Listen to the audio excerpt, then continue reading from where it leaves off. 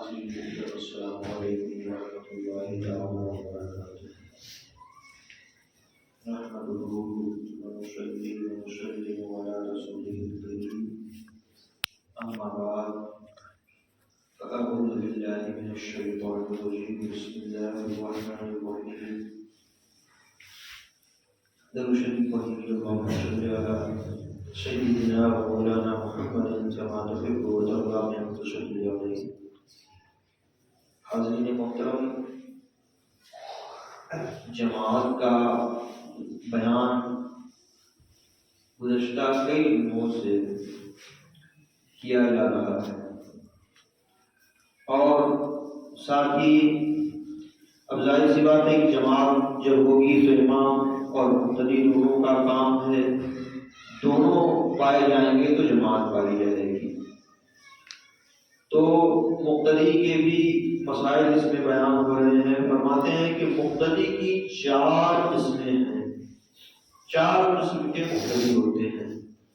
Number 1 مدرک، number 2 لاحق، number 3 مسبوق، اور number 4 لاحق مسبوق۔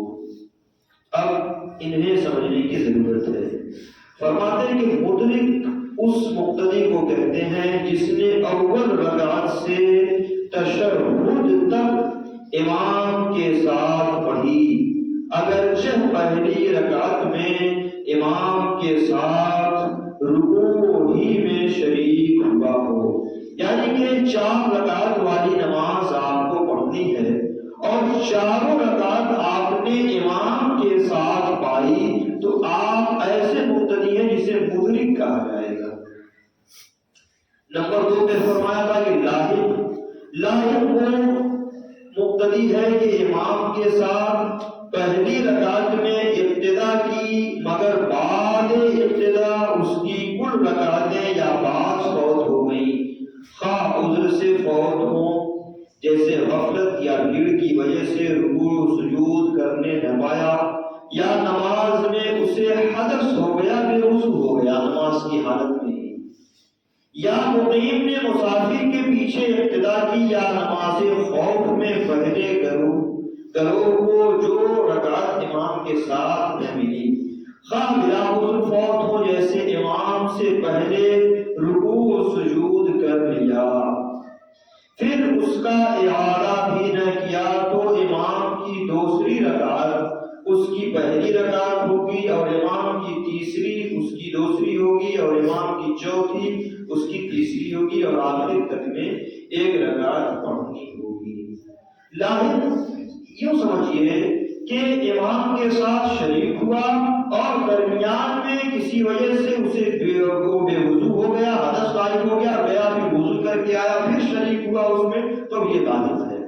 اور فرماتے ہیں کہ ایک مسبوق تیسری قسم ہے مقتدی کی۔ مسبوق وہ ہے کہ امام کی بعض رکعتیں پڑھنے کے بعد شامل ہوا اور آخر تک شامل رہا۔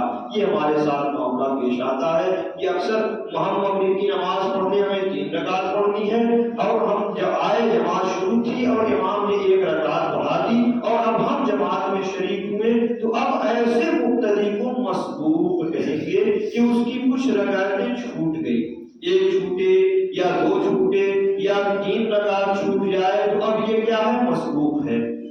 فرماتے ہیں چوتھی قسم ہے لاحق مسبوق، وہ ہے کہ جس کی کچھ رکعتیں شروع کی نہ ملی، پھر شامل ہونے کے بعد لاحق ہو گیا، یعنی کہ شروع کی رکعتیں تو نہ ملی اور شامل ہوا، اس کے بعد شامل ہونے کے بعد پھر اس سے کسی وجہ سے وہ بے وضو ہو گیا، یا اور کوئی مجبوری آ گئی، کوئی عذر پیش آ گیا، تو اب وہ پھر اس کے بعد جا کر کے وہ اس عذر کو دور کرنے کے بعد پھر شامل ہوا، تو اب یہ کیا ہوا؟ لاحق ہوا۔ تو لاحق کا معاملہ تو اکثر ہم لوگوں کے ساتھ پیش نہیں آتا، کسی کے ساتھ کبھی پیش آ جائے ہو سکتا ہے، لیکن یہ مسبوق والا معاملہ ہم لوگوں کے ساتھ روزانہ ہی قریب پیش آ جاتا ہے۔ اگر ہماری رکعت چھوٹ گئی تو ہم آئے شریک ہوئے، تو یہ ہم مسبوق ہیں۔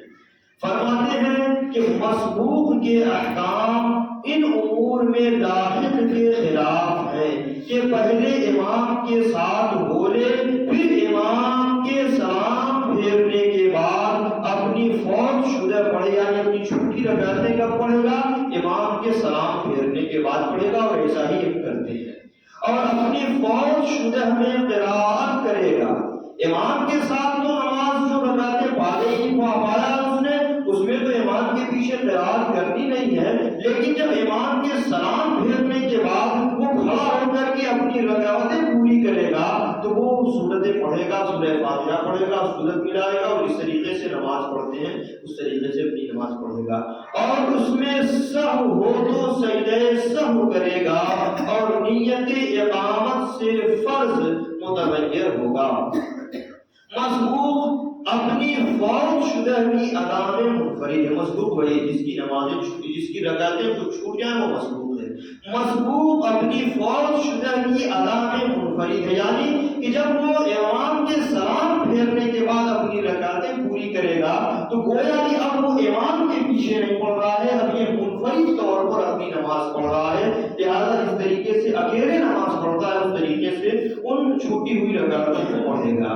یہ فرماتے ہیں کہ مسبوق اپنی فوت شدہ کی ادا میں منفرد ہے کہ پہلے سما نہ پڑھی تھی، اس وجہ سے کہ امام بلند آواز سے قراءت کر رہا تھا، یا امام رکوع میں تھا اور یہ سما پڑھتا تو اسے رکوع نہ ملتا، یا امام قاعدہ میں تھا، غرض کسی وجہ سے پہلے نہ پڑھی تھی تو اب پڑھے، اور قراءت سے پہلے تعوذ پڑھے۔ یعنی ظاہر سی بات ہے جب آپ امام کے ساتھ آپ کی رکعتیں چھوٹ گئیں اور آپ جماعت میں شامل ہوں گے امام کے ساتھ، تو ثنا پڑھنے کا موقع، اعوذ باللہ بسم اللہ پڑھنے کا موقع تو آپ کو ملے گا نہیں، تو سلام پھیرنے کے بعد جب آپ کھڑے ہو جائیں گے اور اپنی رکعتیں شروع کریں گے تو اب یہ آپ وہاں ثنا پڑھیں گے۔ ثنا کے بعد اعوذ باللہ من الشیطان الرجیم بسم اللہ الرحمن الرحیم پڑھیں گے، اس کے بعد آپ سورہ فاتحہ پڑھ کر کے سورت ملا کر کے اپنی نمازوں کو پڑھیں گے۔ فرماتے ہیں کہ مسبوق نے اپنی فوت شدہ پڑھ کر امام کی متابعت کی تو نماز فاسد ہو گئی۔ آپ کی مثلاً ایک رکعت چھوٹ گئی ہے اور آپ آئے اور نیت مان کر کے امام صاحب کے ساتھ شریک ہوئے اور سوچے کہ پہلے یہ ایک رکعت جو پہلے چھوٹی ہے اسی کو پڑھ لوں، اس کے بعد پھر امام صاحب کے ساتھ شریک ہو کر کے 3 رکعت اور پڑھ لوں گا، تو فرماتے ہیں کہ یہ نماز آپ کی فاسد ہو جائے گی، نماز ہوگی ہی نہیں۔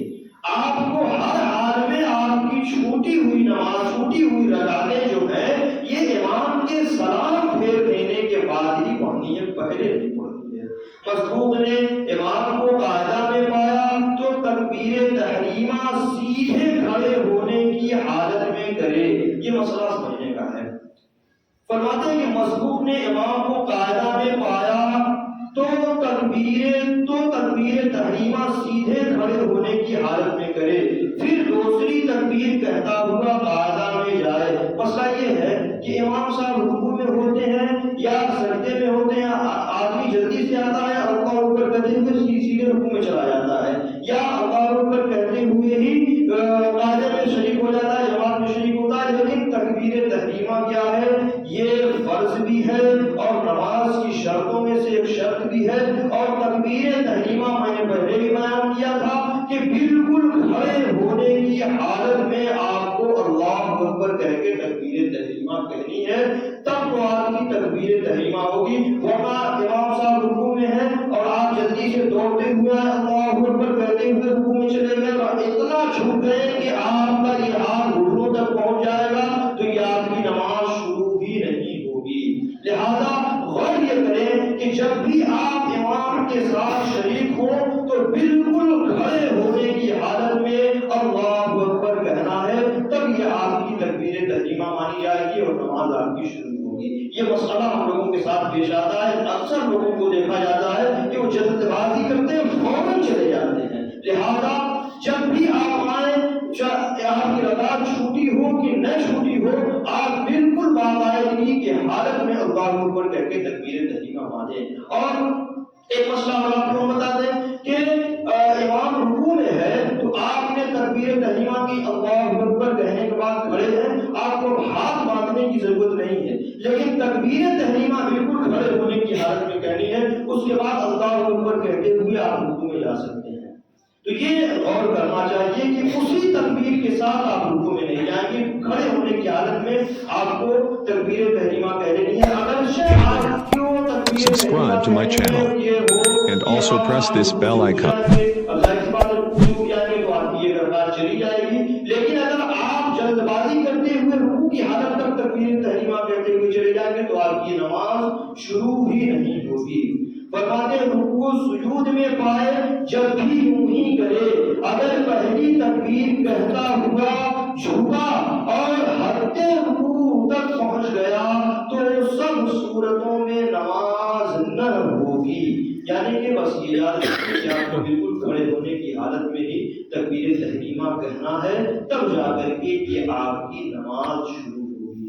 اور اگر آپ نے اور اکیلے بھی آپ نماز پڑھ رہے ہیں، صرف امام کے ساتھ نہیں، اکیلے بھی آپ نماز پڑھ رہے ہیں تو بالکل کھڑے ہونے کی ہی حالت میں آپ کو تکبیر تحریمہ کہنی ہے۔ استغفر اللہ ربی من کل ذنب و اتوب الیہ۔